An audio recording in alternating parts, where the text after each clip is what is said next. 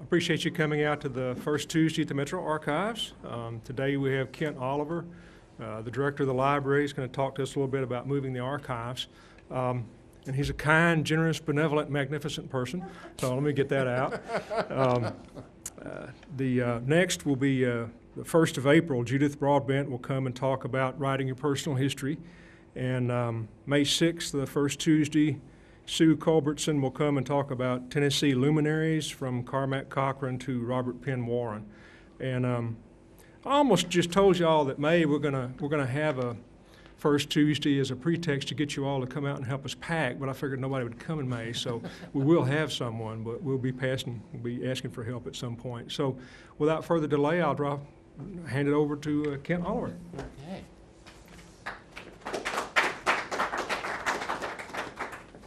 Thank you, everyone. First of all, I have to apologize. I'm a little off-center. Chase Adams is sitting back here, who was in charge of our business office for years and years, and he retired last year, and I haven't seen him in about a year, and I think he came just to throw me off today. I don't know. But it's great to see all of you. I think most of you know my story. I've been here, it's getting closer to 2 years now. I came here from Ohio, but I'm originally from Kansas. And my undergraduate degree is a history degree from Washburn University in Topeka. And I actually worked with the Kansas State Archives and the Kansas Museum of History off and on for a number of years as a volunteer. So what you're doing here is obviously near and dear to my heart, and I have a strong base in history. Is there anybody here that's from the Midwest, Kansas, or that part of the country? You all pretty much from Tennessee? I went to high school in Topeka. You did? Well, there you go. Well, you're going to appreciate the story that I'm going to tell, and I'm going to give you a warning. I normally don't tell stories to groups because I'm not always the best storyteller, but this is a historical story that I think you'll find interesting. Of course, those of you that know the history of the Great Plains know that Custer left on his fateful trip for Little Bighorn from Fort Riley. And on the morning of the Battle of Little Bighorn, like any good cavalry general, he sent out his scouts. And his scouts were gone for a couple of hours. And when they returned, Custer said, well, what do you see out there? And the lead scout looked very dismayed, and he said, well, I have some good news and I have some bad news. And Custer said, well, give me the bad news first. And the scout said, there are thousands and thousands of Indians out there. We're all going to be dead within hours. And Custer just broke down. He was dismayed. He felt that he had totally messed up. And took him a while to get his composure back. And when he was able to get his composure back, he looked at the scout and said, well, if we're going to be dead in a matter of hours, how can there be any good news? And the scout looked at him and he said, well, we won't have to take that trip back through Nebraska to get to Kansas. So those of us from Kansas know the Kansas-Nebraska thing is always going on there. Well, getting to the library, there are a lot of great things going on with the library, and I know you folks are particularly interested in what's going on with the archives.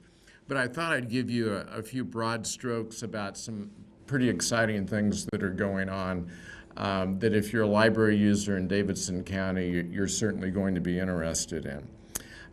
We have a number of exciting building projects going on in addition to what I'm going to be talking about with the archives.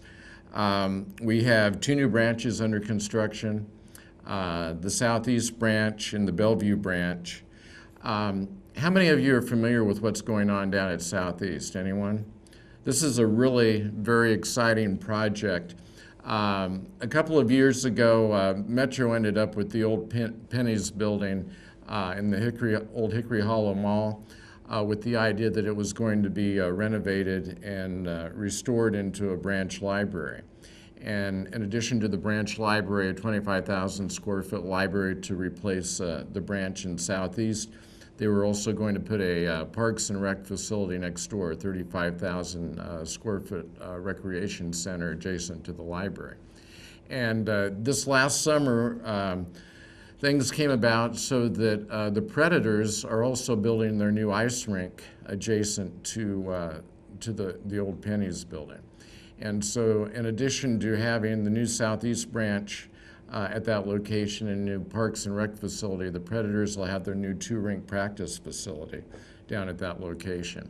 And on top of all that, there's going to be about a 4.5-acre park in front of this whole complex. And we are excited about this because we need a new branch in Southeast. The old one's about 3/4 of a mile from there.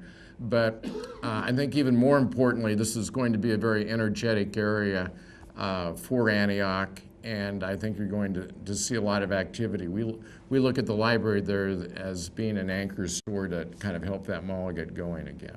So we're very happy with that.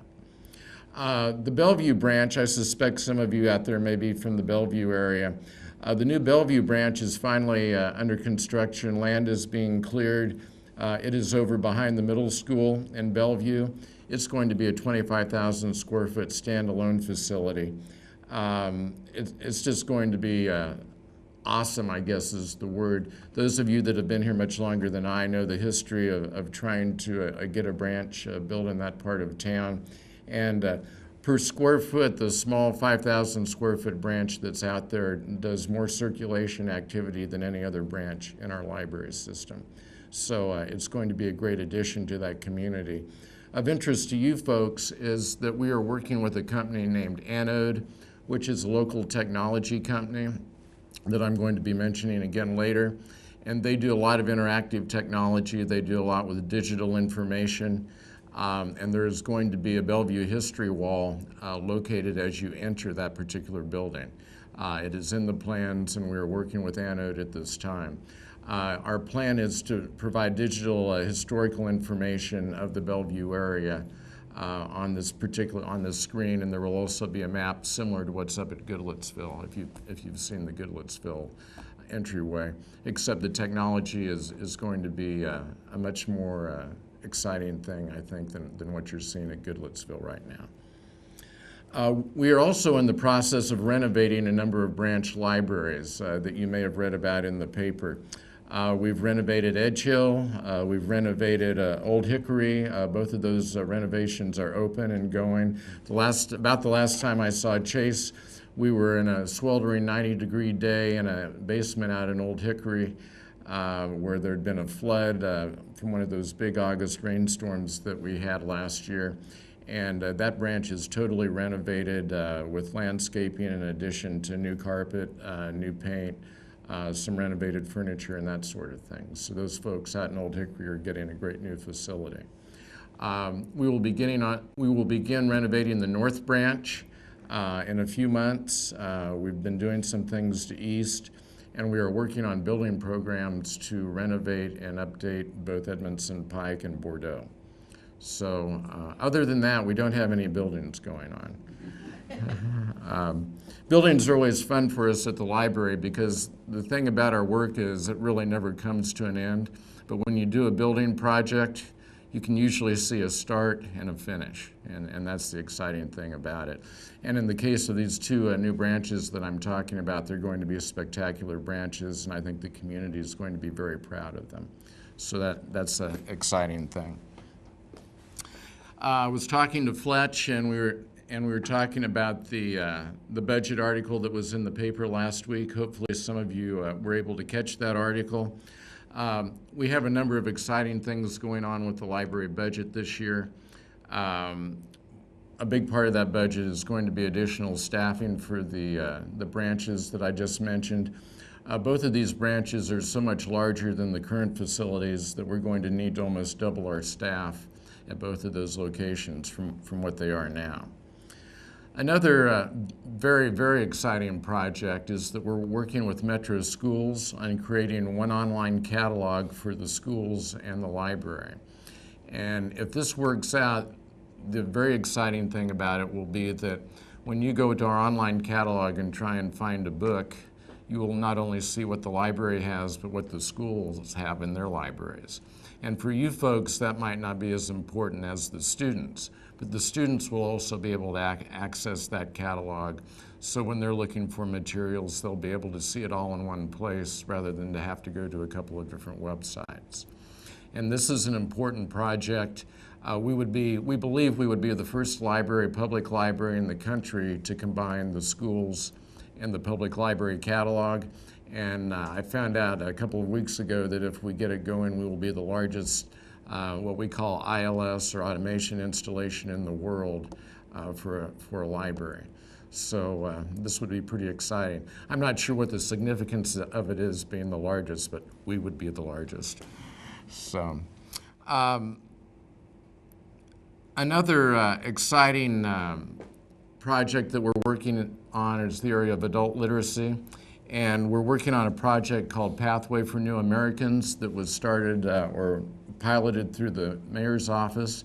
And what that is, we're providing centers in our branches to provide immigration information and citizenship information for new immigrants. And we did it as a pilot this last fall, and it was very successful, and we plan on implementing it in a number of our locations. And as you all know, we are really becoming a melting pot here in Nashville with many nationalities in town, and we're really committed to helping those populations that come in be productive and be able to get citizenship if they want. We're also providing locations for ESL classes and other adult literacy classes at a number of our different branches. So we're really moving forward in that area.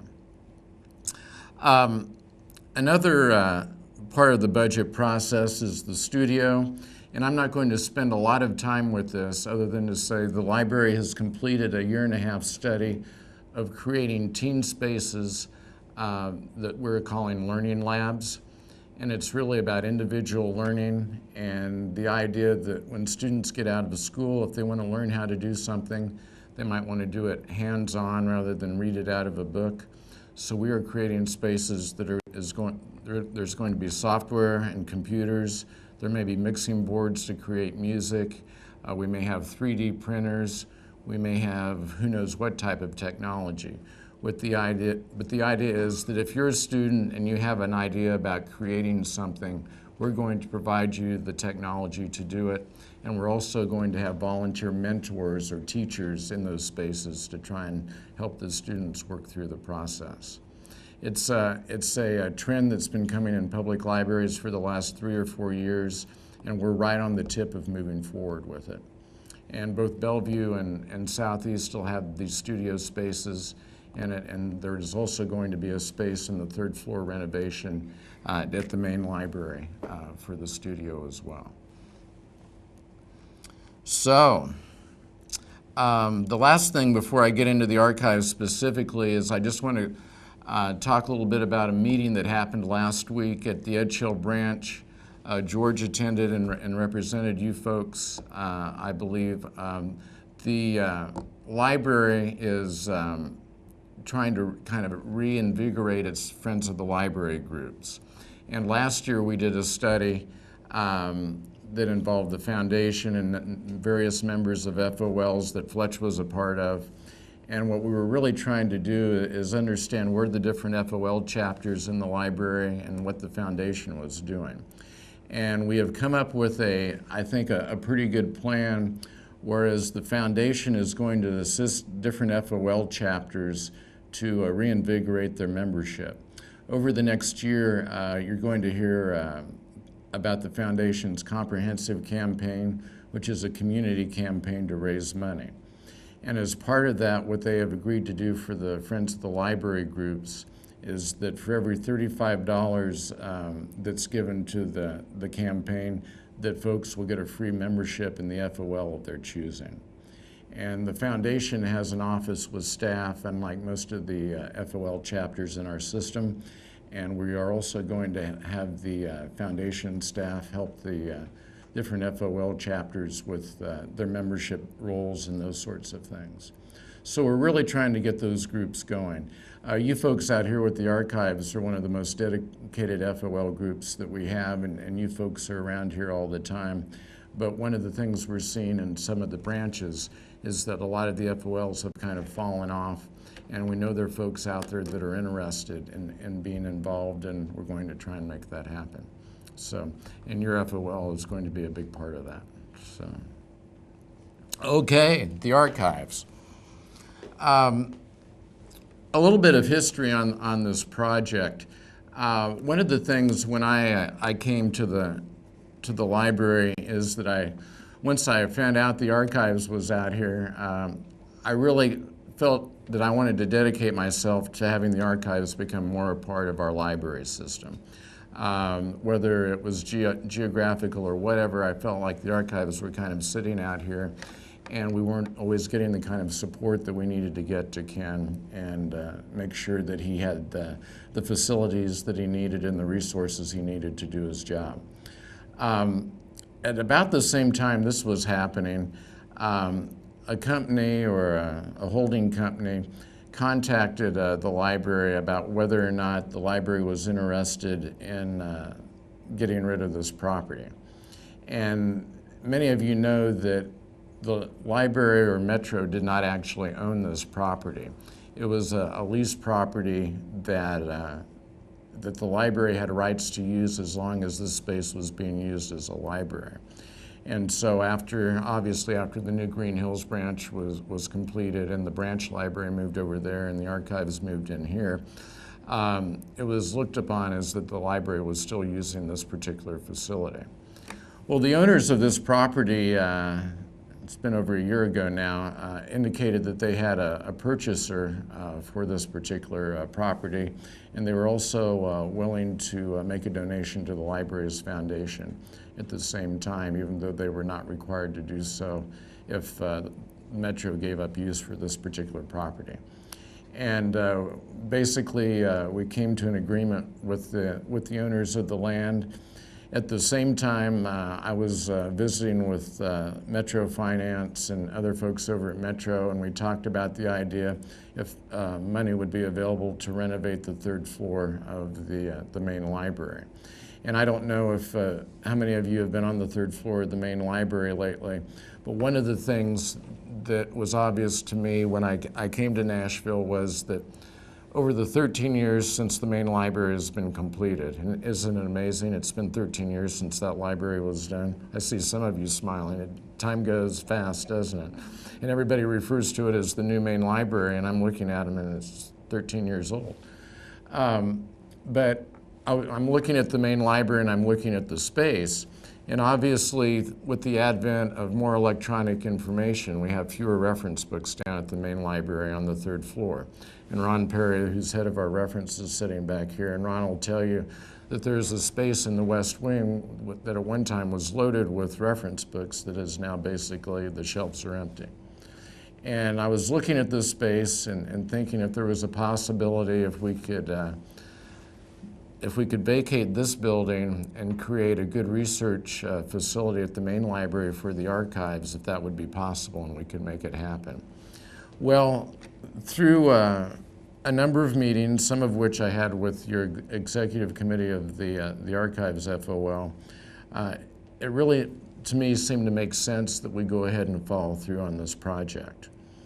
And we got Ken involved in looking at the space that we were having, that we were considering up there.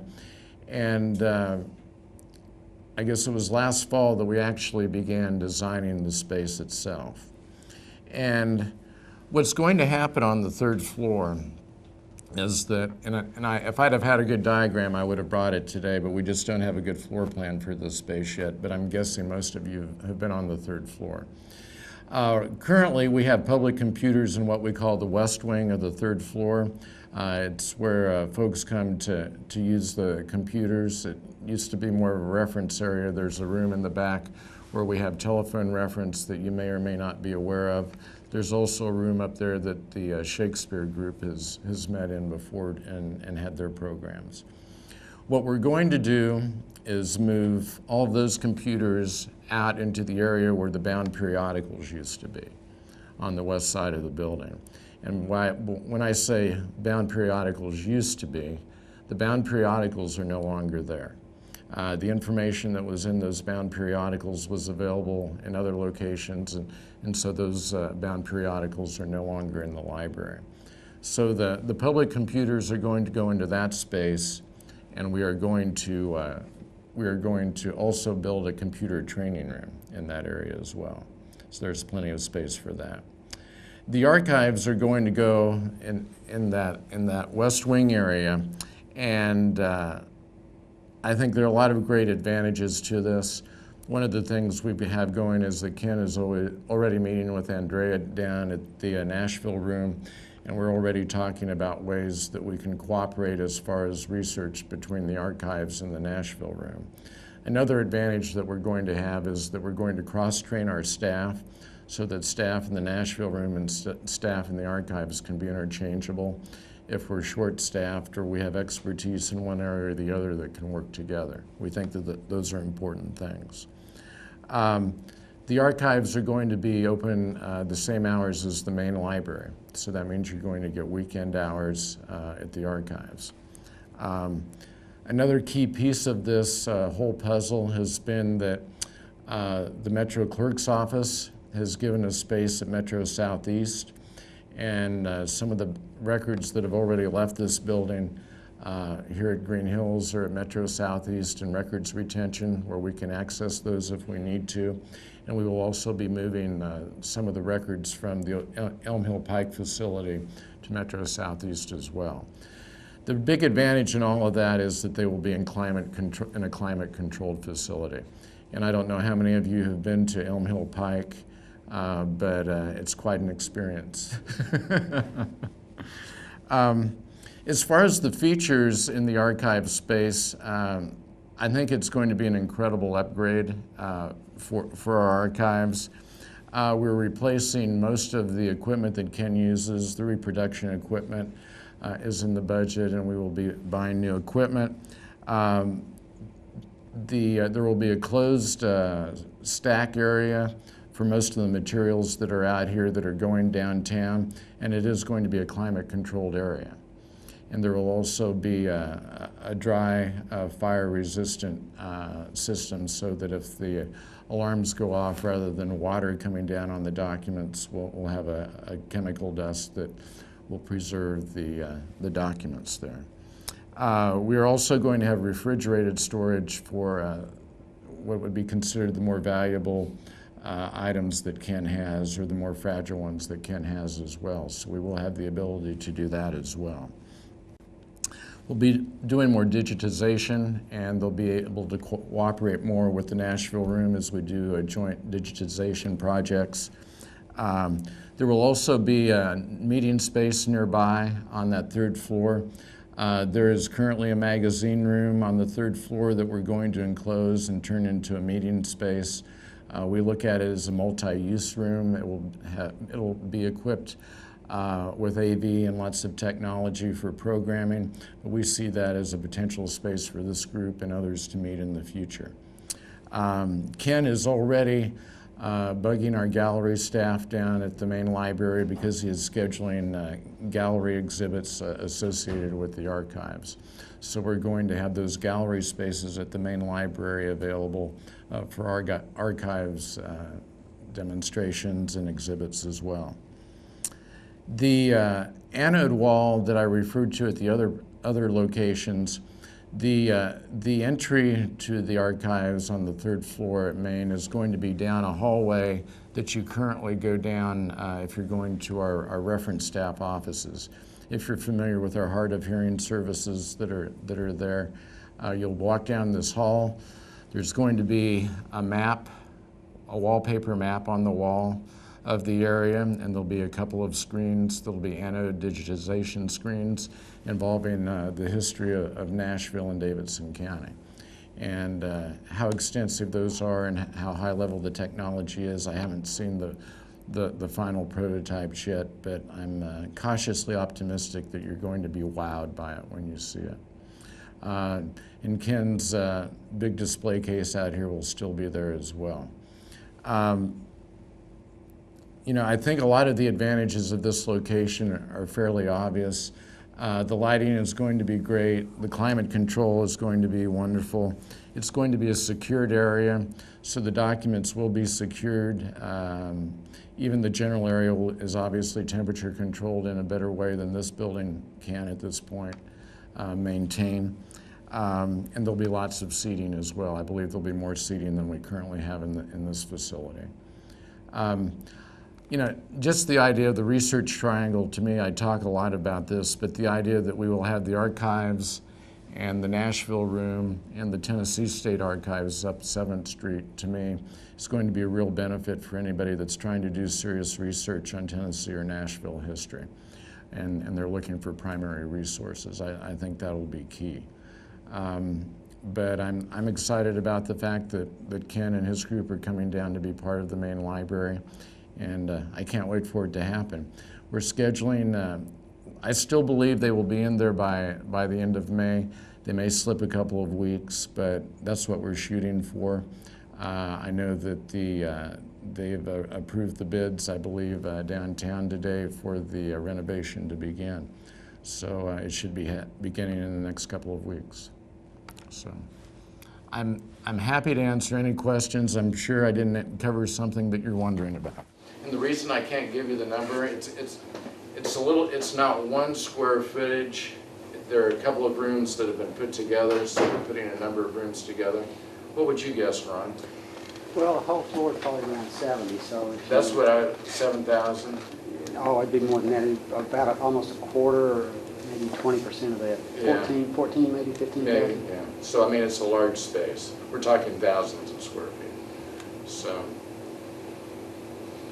And is there a separate place called Metro City Archives or City County Archives? Okay, there's a main Metro Archives that is at Metro Southeast, and it's run by the clerk's office, and that's what Ken's been interacting with. When they deaccession different department records, Ken goes through a process with the different departments and works with that records management group and determines what we're going to keep. And they have a whole facility down there. It's really quite impressive. A lot of paper. But that's what you probably have heard people refer to. Okay, I've heard of that. Yeah. Since you mentioned that, one of the things that Ken and I are continuing to talk about is that as time goes on and more things are saved electronically, what is that going to look like for the archives? Because ultimately, whether we like it or not, most of the information that ends up here at the archives is going to be something that we're going to need a computer or some other piece of technology to access. I forget who you said you received the records, and some of it was on a thumb drive or it was on a hard drive. Yeah, they just gave him a hard drive. So it's kind of changing the face of how we find information. Well, one reason I came to visit today, besides I have Ron in great books, but I saw on Channel 3 where a person that works here was telling about some information in the archives, and that there would be a move. Right. And so partly I want to volunteer, and I do I'm at the Donaldson branch. Oh, great. A lot, and I have friends that are in the Friends of the Library for those sales and book sales and stuff. Great. Well, there's your guy to volunteer for the archives. Okay, okay. That's what I want That's to know. good. Anything else? I thought I'd have tons of questions. Is there a date for the Tennessee State Library Archives to move to their new location? Okay, Talking about? that's probably a question for Chuck Sherrill, the state librarian. Last I heard, he was cautiously optimistic. I think if you haven't been following what's going on with the Sulphur Dell ballpark, I think one of the things that they're talking about with that space is they're really looking at that, kind of like we look at Southeast, they're looking at the Sulphur Dell area as having a lot of energy with the idea that they're really planning on getting the state library and archives down there, and some other state offices. I mean, they're talking openly about doing that. My understanding is that they've gone through the archive or the architectural plans for it, and there's several different levels of those depending on how much is allocated for it, and that they're just waiting for the state to allocate the funding. So whether that happens or not, I don't know. I think they're hopeful. Will the Elm Hill facility be completely wiped out and moved to the facility? I do not know about that. What happens when we vacate a facility or any Metro department leaves the facility, then it's kind of up for grabs by other Metro departments. And I've heard different rumors that I can't substantiate one way or the other. My guess is that another department or commission or division may end up in that space. But at one time we were hoping to keep part of it, and we still kind of are hoping to keep part of it for our maintenance is actually located there. Chase used to spend a lot of time out at Elm Hill Pike. We don't know what he did out there.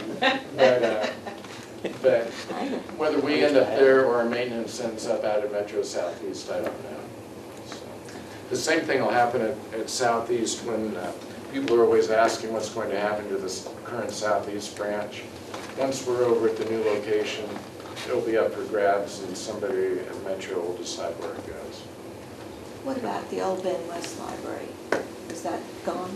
I haven't kept up on it, and it's really with Metro Finance and Administration. Did you indicate that the Metro records were going to go into the archives? Well, Ken, you want to explain the process on how that works? Yeah, basically a department creates a record and then they'll hold it for a while, then they'll send it to Metro Southeast, the Record Center. And then the Record Center holds it for a particular amount of time on an RDA. It's a Record Disposition Authorization. It tells everybody what we can do with it. So the department will hold it, then they'll transfer it to the Record Center, and then the archive says, is this permanent, is it historically valuable, and then at that point, we will accept ownership of it. Now the record will probably stay at the Record Center out there, but we can have access. We can go back and forth like we do now at Elm Hill and get records. Sound complicated? Access in what way? I don't understand what you mean by access. Well, if you're needing a particular record and you come to Ken and you say, I need XYZ documents, we will retrieve those for you. And Physically? yeah, we will physically retrieve those for you. Ah. Yeah, and that is actually one of the great things about when we come down to the main library. We will obviously will still be in a situation where we do not have all of our documents in one spot, but we will be able to get on, I think, a more direct courier service, so that if we need a document, we'll call out to the records and they will get it for us, and we'll transfer it back to the main library for somebody.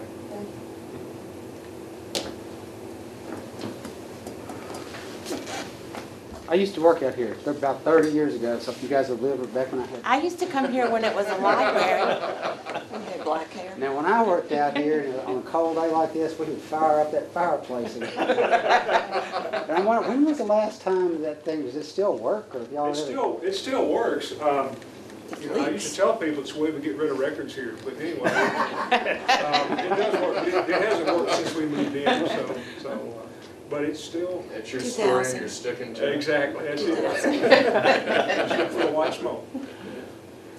And the great book started in this room? That was in this I thought y'all talked about branch that. also. A lot started in this room. Yeah, in talking about this building, this is kind of a classic style building for this era of public library. And there are fewer and fewer of these around the country, I think. I think of this as a prototypical 50s, 60s building, but they were kind of stock building for public libraries at the time. In a lot of communities, smaller communities, this would be the public library. So we've got a few other buildings left in the system that are similar in age. Donaldson's one of them, but they're harder and harder to maintain. And in this particular building, pretty much all the mechanical systems are failing, including your phone system. Yeah. So.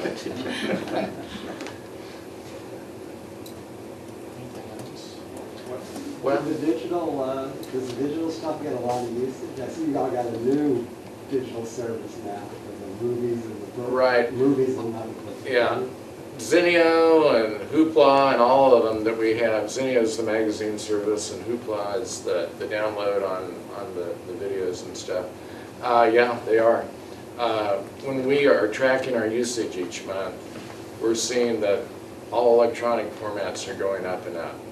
And I will say our overall circulation is going to be up this year over last year. So we're one of the few metropolitan libraries in the country that are actually seeing an overall usage increase and people actually using books or videos or whatever. But yeah, they're using it electronically. And one of the things we're seeing too is that at one time we thought we were going to be putting hundreds and hundreds of stationary computers in our buildings.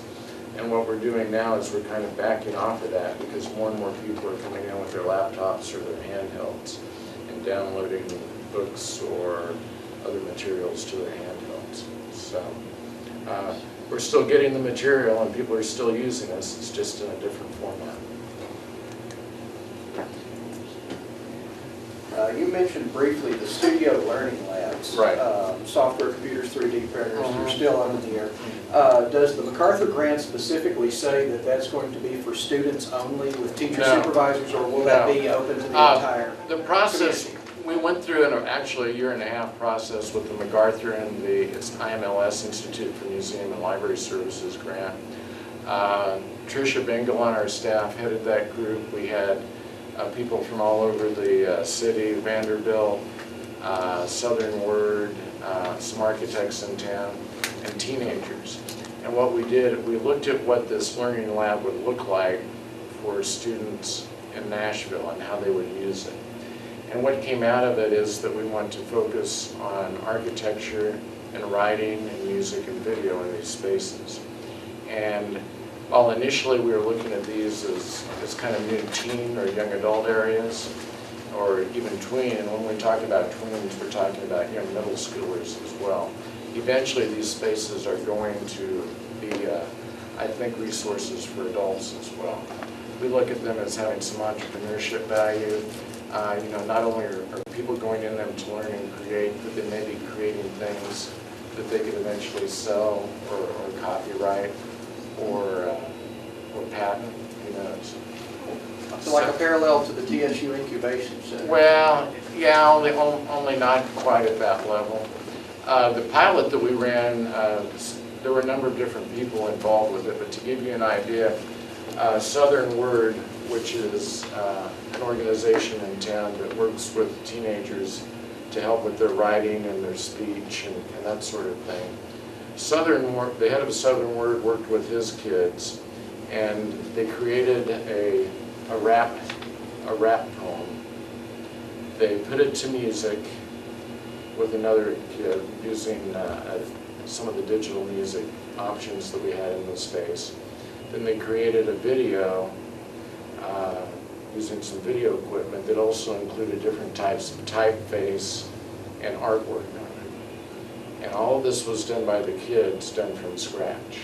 And they were assisted by the mentors with Southern Word. And so that's kind of the concept of what the learning labs are all about, is that you don't just force feed somebody some information and say go off and good luck. What you do is you sit there and you actually create and help them learn as you go through the process. And we're very excited about it. We think these are going to be wonderful, wonderful things. Yes.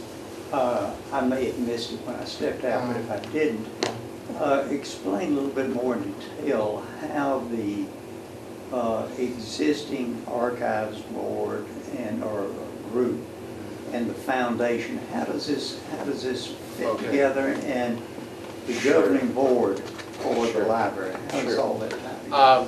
Currently, the governance for the friends groups of the library, there's an umbrella friends group, and there are different chapters associated with different branches, or in your case, the archives, and the Talking Library is also putting together a friends group as well. So there's an umbrella group there, with the idea that each chapter is individual and separate, but you kind of work together as an overall friends group. The foundation piece is actually quite exciting, because the foundation is about to embark on a campaign, what we call kind of a grassroots campaign to raise funding from folks in the city, whether it's $100 or $30 or $5. And one of the things that they wanted to make sure was that they were working with the friends groups as they went through this, because they were really going to be fundraising in what is a friend's level. And the idea came up that since some of the chapters are having issues with their membership, or honestly they're almost inactive, if they aren't inactive, this might be a way that we could help recruit Friends members for the different chapters. And so as the foundation goes through its process and they receive donations, everybody that makes a donation over that certain dollar level will have the option of becoming a friend, and they will also have the option of selecting a chapter that they can be affiliated with. And I don't know how many of you know Susan, who's the secretary for the FOL. She's been doing yeoman's work as a volunteer, basically keeping the Friends books going for quite a few years now. And she really hasn't had a lot of help. And so what we're going to do is we're going to use the resources of the foundation to help maintain the membership database of the different Friends of the Library organizations. Follow up on that, you just said if they designate, just as an example, if somebody contributes $35 and they become friends of the foundation, and they designate the archives, does a portion of that 35 specifically There's also going to be a donation made to the FOL, and I've got it. I don't have that number right in front of me, but it's not just getting a body, but there will also be a financial part of that as well. And that's something that we've been working with for the last year because we think that that's important. Yes. You mentioned the talking library. Do you ever see down the road bringing it to the main library? Yes. Good.